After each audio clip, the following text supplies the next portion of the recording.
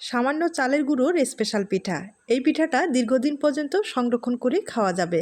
প্রথমে 100 গ্রামের মতো চালের গুঁড়ো নিলাম, স্বাদ মতো লবণ, ফুটন্ত গরম জল দিয়ে একটা ডো তৈরি করে নিতে হবে। ডোটা কিন্তু পাতলা করে তৈরি করে নিতে হবে। ডোটা তৈরি করার পরে অবশ্যই কিন্তু চেলে নেবেন, আর চেলে নিলে সহজেই ডিজাইন তৈরি করা যাবে। আমি সিরিঞ্জের সাহায্যে ডিজাইনগুলো তৈরি করে দেখিয়ে দিচ্ছি। ডিজাইনটা দেখতে কিন্তু অসাধারণ, একবারে নতুন একটা ডিজাইন। আপনাদের পছন্দ হলে ট্রাই করে দেখতে পারেন। পিঠাগুলো তৈরি করার পরে এই পিঠাগুলো কিন্তু ভাপ দিয়ে দিতে হবে, আর ভাপ দিতে বেশি সময় লাগবে না, 30 সেকেন্ডের মতো ভাপ দিলেই হয়ে যাবে।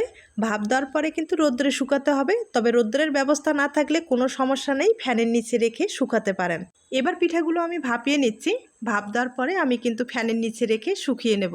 আমি আবারও বলছি, রোদ্রের ব্যবস্থা থাকলে আপনারা রোদ্রে শুকিয়ে নেবেন, তাহলে পিঠাগুলো কিন্তু পুরো বছর সংরক্ষণ করে খাওয়া যাবে। কয়েকটা পিঠা এখন আমি তেলে ভেজে দেখিয়ে দিচ্ছি। আর মিষ্টিটা পছন্দ করলে উপর থেকে একটু চিনি ছড়িয়ে দিলে পিঠাটা খেতে কিন্তু ভালো লাগবে।